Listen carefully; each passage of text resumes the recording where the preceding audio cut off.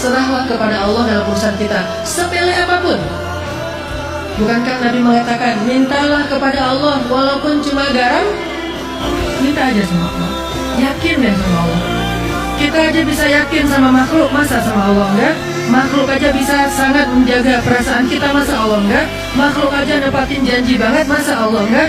Allah lebih daripada makhluk pastinya. Subhanallahi wa bihamdi, subhanallahil azim aja, itu kalau ditimbang di dua timbangan, yang satu ditaruh bumi dan langit, satu lagi kalimat subhanallahi wa bihamdi, subhanallahil azim, itu lebih berat subhanallah daripada bumi dan langit. Belum kalimat yang panjang, yang satu surat Al-Quran, yang kayak gimana panjang lebar. Cuman kata-kata yang singkat. Kenapa? Kalau diucapkan dengan hati yang mantap. Siapapun yang pengen tangguh dalam menghadapi ujian hidup, siapapun yang pengen survive dalam setiap musibah, siapapun yang pengen melihat keajaiban-keajaiban terjadi dalam adegan-adegan hidupnya, maka dasar yang harus dia kuatkan itu adalah iman. Orang kalau punya iman, Allah kasih banyak kejutan dalam hidupnya. Wadduha wallaili idza saja ma wadda'aka rabbuka wa ma qala. Allah seolah-olah ngomong ke kita gini, teman-teman, hambaku yang ngerasa sendiri setelah di grup diabaikan, hambaku yang merasa sendiri setelah dicuekin, setelah ditinggalin, setelah diputusin, setelah di reject, setelah gak di-read WA-nya. Kamu kalau ngerasa sepi, gak usah khawatir, aku bersamamu dimanapun kamu berada. Ma wadda'aka rabbuka wa ma qala. Manusia mungkin bisa ninggalin kamu, manusia mungkin bisa benci sama kamu, manusia mungkin bisa ilfil sama kamu, manusia mungkin bisa dendam sama kamu, manusia mungkin bisa mengecewakan kamu. Itulah manusia. Kalau Allah enggak kayak gitu. Kalau kita merasa kecewa dengan makhluk, kecewa dengan manusia, kecewa sama teman, kecewa sama pasangan, maka yakinlah Allah enggak akan pernah ngecewain kita.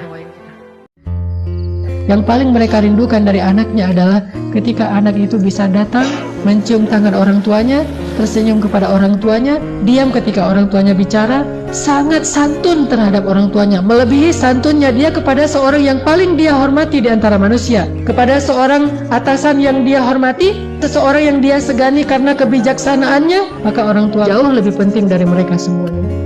Tidak boleh seorang anak, walaupun dia seorang profesor, walaupun dia seorang pengusaha sukses, hartanya berlimpah pun pergaulannya itu luas sekali, sehingga orang tuanya kita anggap sebagai orang tua yang tidak banyak tahu, orang tua yang tidak gaul, yang tidak update informasi, tidak punya ilmu seperti kita. Sama sekali kita tidak boleh merasa lebih dari mereka. Kenapa? Ketika kita merasa lebih dari orang tua kita, menunjukkan kebodohan kita di hadapan Allah SWT. Allah tidak menyebut kita sebagai orang yang bijaksana, berilmu, kalau kita tidak bisa merendahkan diri kita di hadapan orang tua kita. Bukan rendah hati, bahkan rendah diri di hadapan Allah. Modal hidup kita itu bukan uang, itu yang kesekian. Modal hidup kita itu bukan networking, teman, walaupun itu juga penting. Modal hidup kita itu bukan sehat, walaupun itu modal yang sangat-sangat penting. Tapi nomor satu, modal hidup kita itu adalah iman. Hanya iman yang bisa membuat kebahagiaan kita itu lebih hakiki. Hanya iman yang bisa menjadikan hidup kita itu dalam situasi apapun selalu ada kebaikannya. Dan orang yang beriman, kata Nabi, selalu ada baiknya.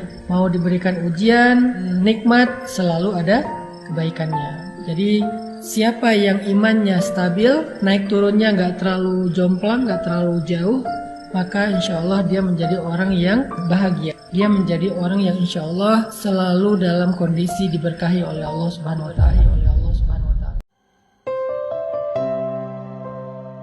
Kalau kita yakin nih, udah berserah diri sama Allah, gimana cara Allah nolong kita? Ketika ada yang mengatakan, dia itu orang yang beriman, dia itu orang soleh, kok dia nggak ditolong? Dia ditolong, kita yang nggak tahu dia ditolong. Apa bentuk pertolongannya? Allah ngasih kita pertolongan pertama, kemudian baru pertolongan yang berikutnya. Pertolongan pertama apa? Pertolongan pertama dari Allah kepada hambanya ketika mereka punya masalah adalah Allah tolong hatinya, dikuatkan kesabarannya. Itu pertolongan pertama. Gak langsung drop off, gak, dikuatkan kesabaran dia, sehingga walaupun dia tetap mendapatkan ujian itu, hatinya tetap tenang, dia tetap kuat, dia tetap tabah, dia tetap sabar. Itulah pertolongan paling ajaib yang Allah berikan kepada hamba.